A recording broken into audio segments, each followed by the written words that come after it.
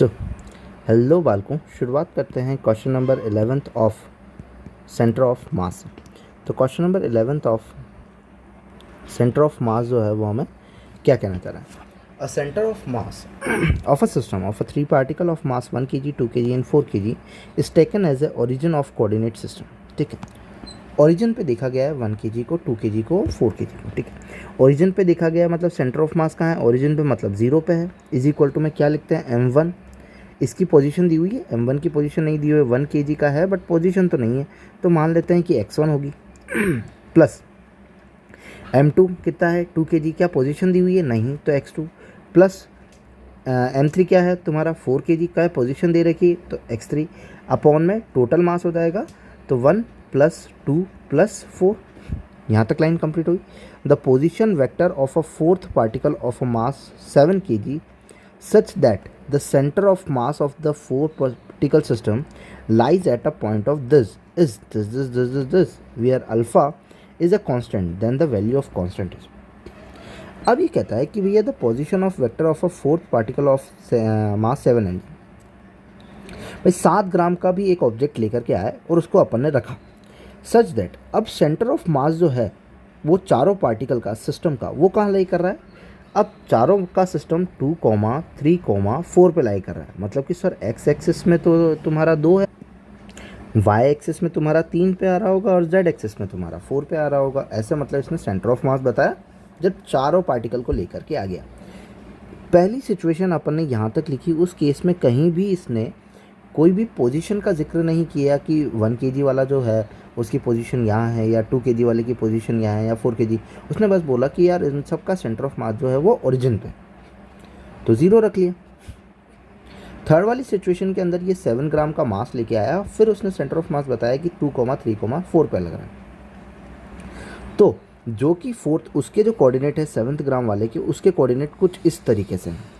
तो क्या इसने कोऑर्डिनेट 1 का बताया नहीं, 2 का बताया नहीं, 4 का बताया नहीं, बताया मतलब इन मासेस का कोऑर्डिनेट बताया नहीं, किसका बताया सिर्फ और सिर्फ 7 ग्राम वाले का कोऑर्डिनेट बताया। तो उसको कैसे लिख सकते हैं, सो 1 ऑफ x1, भाई सिस्टम के अंदर तो ये भी आ रहा है, plus 2 of x2 plus 4 of x3, इन सब का तो कुछ नहीं बताया, प्लस 7th वाला आ चुका है और उसके कोऑर्डिनेट इसने ज़रूर बताया। और अल्फ़ा में अगर कांस्टेंट है जो कि मैं मल्टीप्लाई कर दूँ तो अल्फ़ा 2 आई कैप प्लस 3 अल्फ़ा जे कैप प्लस 4 अल्फ़ा के कैप और अपॉन में टोटल मास आ जाएगा सो 1 प्लस 2 प्लस 4 प्लस 7। अब अगर ये तीनों मास ऐड होते हैं तो 4 प्लस 2 6, 6 और 1 7, 7 जाएगा ऊपर मल्टीप्लाई हो जाएगा तो क्या हो जाएगा 0। So our all 1x1 plus 2x2 plus 4x3 सबका सम किसके बराबर आया, 0 के बराबर आया, मतलब ओरिजिन में। सो अब यहाँ पे अपन सारा ऐड कर लेते हैं तो 4 प्लस 2 6, 6 1 7, 7 और 7 14। तो नीचे वाले को मैं रफ करके क्या लिख लेता हूँ, 14 लिख लेता हूँ। अपन को तो पता है कि 1x1 2x2 प्लस 4x3 की जो वैल्यू है वो तो क्या आनी है, 0 आनी है। तो ओरिजिन के रेस्पेक्ट में मैं इन सबको तो क्या भर देता हूँ, 0 भर देता हूँ कि भैया इन सब की तो अपन ऊपर वाले केस के हिसाब से 0 है। 7th वाले की पोजीशन ये है, तो क्या तुम्हें ये पता चल रहा है कि अगर मैं इसका सम करूं क्योंकि m1 x1 तो वो मेरा किसके बराबर आएगा, x वाले के बराबर आएगा, xcom। भाई xcom लिखोगे तो क्या लिखोगे, m1 x1 अपॉन में m1 plus m2 plus m3 plus m4 जो कि कितना आ रहा है 14 आ रहा है।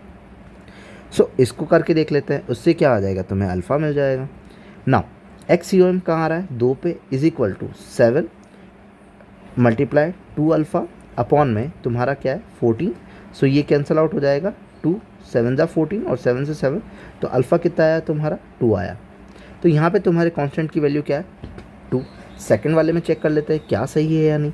क्या यहाँ पे m1 y1 लिखोगे, हाँ सर m1 y1 लिखेंगे तो ycom आएगा is equal to m1 y1 upon में टोटल मास। तो ycom कितना है सर 3 दिया हुआ है और m1 जो है वो कितना दिया हुआ है 7 इंटू में 3 अल्फ़ा अपॉन में ये कितना हो जाएगा 14 हो जाएगा।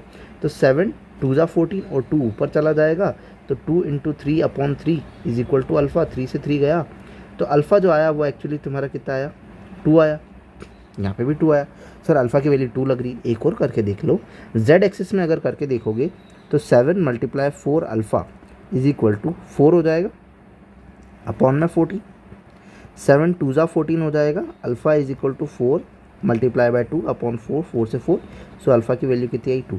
तो जो तुम्हारा कांस्टेंट है वो क्या है 2 है। नॉर्मली इसने जो बोला वो करा, उसके बाद में उसने जो कोऑर्डिनेट दिए उसको रखे और सिंपली अपन ने एक्स वाई जेड को सॉल्व किया। नॉर्मली एक्स वाई जेड को सॉल्व करो और सारे आंसर तुम्हारे हाथ में हो जाएंगे। सो ऑप्शन नंबर कौन सा हो जाएगा? First. If you like then subscribe. Thank you.